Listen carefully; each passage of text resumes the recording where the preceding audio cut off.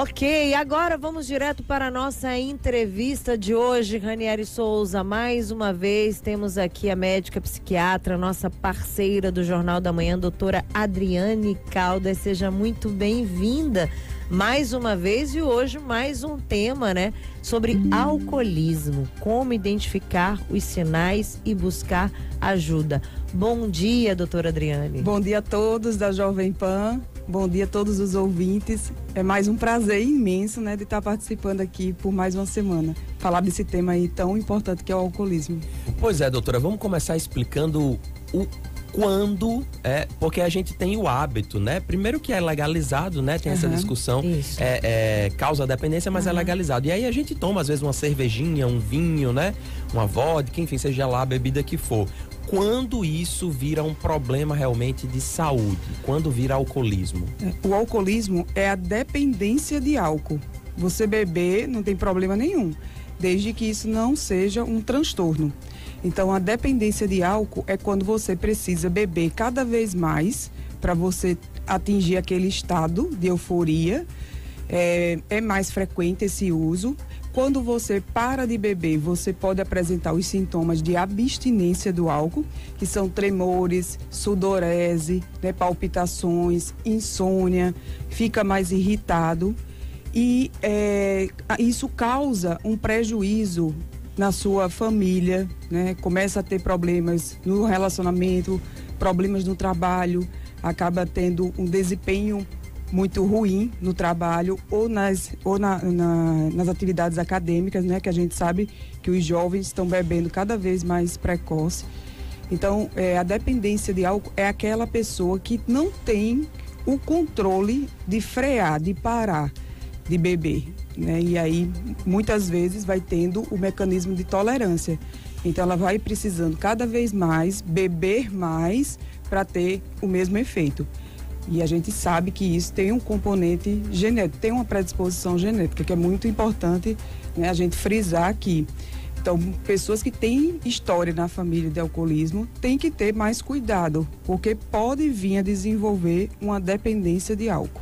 Era essa pergunta que eu ia fazer para a senhora, né? Se existe uma predisposição genética também, né? De você ter casos de alcoolismo na família, se seu pai passou por isso, sua mãe teve algum problema, se automaticamente tem que ter essa atenção. Isso, não necessariamente se você tiver alguém da família com dependência de álcool, você vai desenvolver, mas você tem que entender que você pode vir assim a desenvolver uma dependência de álcool. Você tem uma predisposição genética. E como é que é o tratamento? O tratamento da dependência, ele é multiprofissional, né? É muito difícil a gente tratar um dependente de álcool só com medicamento, só com o tratamento psiquiátrico. Então envolve uma série de profissionais da psicologia, do serviço social, né? De uma equipe multidisciplinar. Então, a gente usa medicamentos para diminuir o prazer que a bebida causa e também, na fase inicial, para o paciente não sentir sintomas de abstinência, a gente usa normalmente ansiolíticos, porque aquele paciente que se tirar de vez o álcool, né, sendo dependente grave, ele vai apresentar os sintomas de abstinência e muitas vezes vai precisar de uma internação por sintomas de abstinência grave.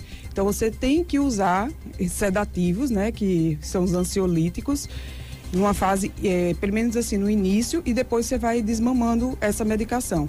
É importante também fazer exames laboratoriais, porque a gente não pode esquecer que o álcool atinge vários órgãos, né, principalmente o fígado, e pode vir a desenvolver uma cirrose hepática, né, o fígado parar de funcionar e você entrar numa lista de transplante, doenças gastrointestinais, gastrite por conta do álcool, né?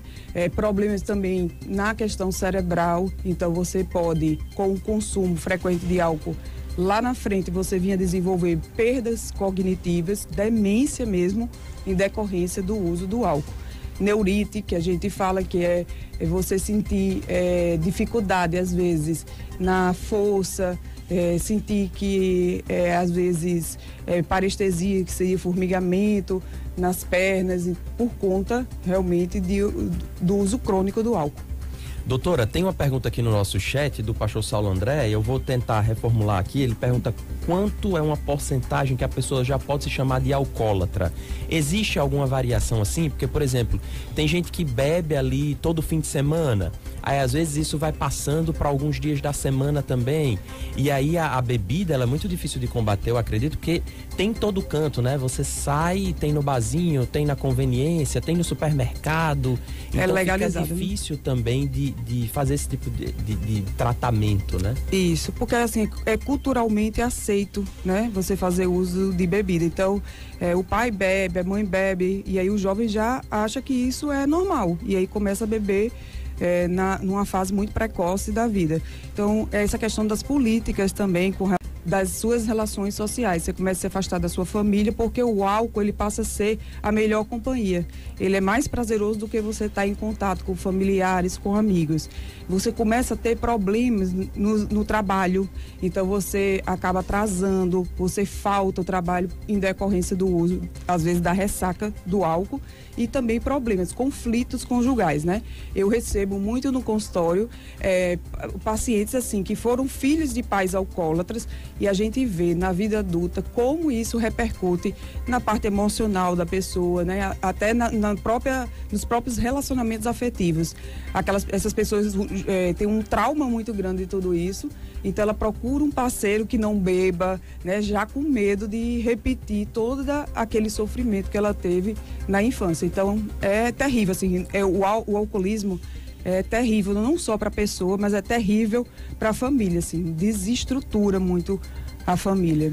O Manuel de Souza Neto está aqui ligado aqui conosco, já mandou algumas mensagens também, e ele fala assim, quando a pessoa está alcoolizada, por que ela muda a personalidade? Assim, uns ficam mais bravos, outros ficam mais simpáticos. O Souza de Nova Cidade. Existe essa mudança de personalidade? Tem gente que diz assim, quando você está alcoolizada, você diz a verdade, né? Você diz tem tudo. gente que bebe justamente para dizer assim, eu vou beber porque eu fico mais aberto, eu converso mais com as pessoas. Eu vou ter coragem, né? Eu fico mais corajoso. A festa fica mais legal. É que na fase inicial da intoxicação por álcool, o álcool dá esse efeito no sistema nervoso, esse efeito mais euforizante, mais desinibido socialmente, mais desinibido sexualmente. Essa é a fase inicial, né? Depois, aí pode começar a apresentar até chegar à fase final, que é a fase de um coma alcoólico, em que a pessoa fica inconsciente, que a pessoa fica com os reflexos alterados, que a pessoa fica com dificuldade de memória, né? E muitas vezes, assim, é uma emergência e tem que ir para o hospital mesmo, porque pode levar à morte. Então, esse efeito é normal mesmo, e aí é preocupante por conta justamente disso. É muito comum pessoas mais tímidas, pessoas que têm uma fobia social, vinha começar a apresentar o álcool como se fosse um ansiolítico, como se fosse uma medicação para diminuir a ansiedade, e aí vinha desenvolver também uma dependência por álcool. E perde a questão da memória. Tem muita gente que diz assim, eu não lembro o que aconteceu. Eu não lembro, eu fiz isso. Realmente... Gera esses apagões mesmo. Isso pode acontecer, sim. Aí numa fase em que você está com o uso muito acentuado, né? Já é passando dessa fase, assim, desse efeito mais euforizante, porque na fase inicial tira o filtro mesmo, fica mais desinibido. Mas nessa fase, se a pessoa continuar a beber e ficar nesse estado de embriaguez, aí ela pode até realmente não lembrar do que está acontecendo. Aí já numa fase mais tardia da intoxicação por álcool. Estamos recebendo a doutora Adriane Caldas, médica psiquiatra, hoje falando sobre alcoolismo. Doutora, a gente viu durante muito tempo se falar, por exemplo, no Alcoólicos Anônimos, Alcoólatras Anônimos, que é uma entidade, ainda existe, ainda é importante a gente falar desse serviço, porque já foi dito em novela, eu lembro que há muito tempo atrás tinha novela que falava sobre esse assunto. Né? O AA. Exatamente. É importante esse convívio também com outras pessoas que têm o problema para o tratamento ser mais eficaz? Sim, o trabalho do AA, assim, é reconhecido mundialmente, é muito importante, né? São pessoas que também tiveram problemas com álcool, que se reúnem, e aí o dependente de álcool, eles também se identificam mais com essa pessoa que já passou por isso e sabe o caminho das pedras para sair disso. Então é importantíssimo o trabalho do AA, inclusive assim, tem o trabalho do AA dentro das próprias instituições federais, hospitais universitários, Então a gente conta sim muito com a ajuda dos Alcoólicos Anônimos. E dentro dos Alcoólicos Anônimos também tem o Al-Anon, que a gente não pode esquecer, que as famílias elas ficam codependentes de álcool. Então elas também acabam muitas vezes, por falta do conhecimento, colaborando para que aquele paciente não consiga sair da dependência do álcool. Então existe o Al-Anon, que é para família de dependentes. São grupos de ajuda para familiares de dependentes. E tem o Amor Exigente também, né? Que é outro grupo para famílias de dependentes, de uma forma geral, não só de álcool. Agora, existem números também, recentemente estava vendo algumas pesquisas falando sobre alcoolismo. Primeiro, o número de jovens, cada vez mais novos, né? As pessoas, os adolescentes já consumindo álcool. E também a questão das mulheres, né? Que as mulheres estariam bebendo mais ou a mesma quantidade que os homens. Isso tem algum motivo? A questão da mulher, da rotina da mulher, da pressão da mulher, desculpa, poderia estar levando isso? Tá tendo um consumo entre os jovens cada vez mais precoce, e aí cabe uma reflexão da gente como pais, né? De a gente poder estar orientando melhor esses jovens, de muitas vezes assim tá restringindo o uso de bebidas alcoólicas, de dar o exemplo mesmo para os jovens. A mulher fica mais dependente, mais fácil da bebida, porque pela constituição, pela massa corpórea mesmo dela. Então, assim, o homem, ele pode beber X de bebida, e a mulher tem que beber menos, proporcionalmente ao homem, porque ela tem uma massa corpórea menor do que a do homem. Então, tem que ter esse cuidado, porque se ela estiver bebendo na mesma quantidade do homem, ela tem uma chance maior de vir a desenvolver uma dependência de álcool, né? Porque a mulher, ela tem uma constituição corpórea diferente do homem.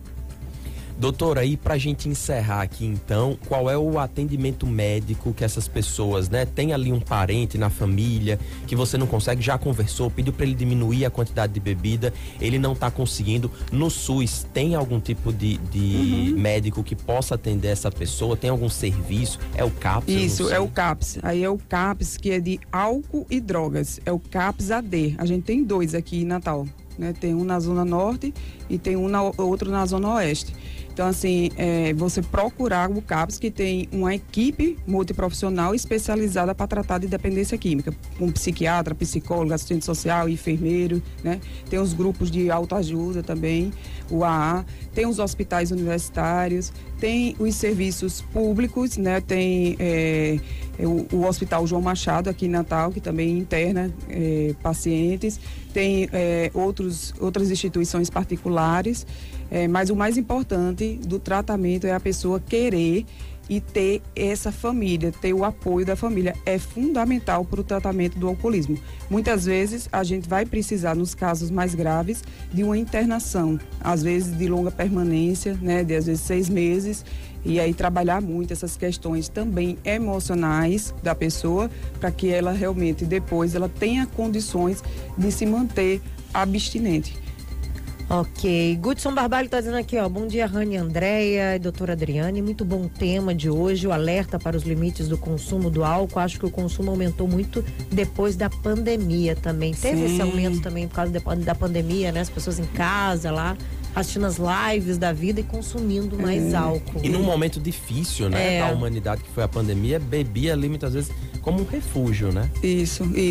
Então, assim, na pandemia realmente tem estudos mostrando que aumentou muito o consumo de bebidas alcoólicas, mas a gente precisa, né, já retomando a nossa vida depois da pandemia, de poder realmente reduzir esse consumo e perceber que não dá para continuar dessa forma. É isso, assim, que é importante, né? Você poder reconhecer quando tiver um problema, né? E buscar ajuda, porque é muito difícil quem tem dependência de álcool reconhecer aquilo como uma doença, acha que pode controlar, né? Que não precisa de ajuda. Então, ter a humildade de reconhecer que você não tem esse controle e precisa de ajuda é o mais interessante, é o mais recomendado. Maravilha, nosso tempo já está esgotado aqui, 8 horas em ponto. Doutora Adriane Caldas, médica psiquiatra, muito obrigado pela sua participação e até a semana que vem, né? Até a semana que vem, muito obrigada.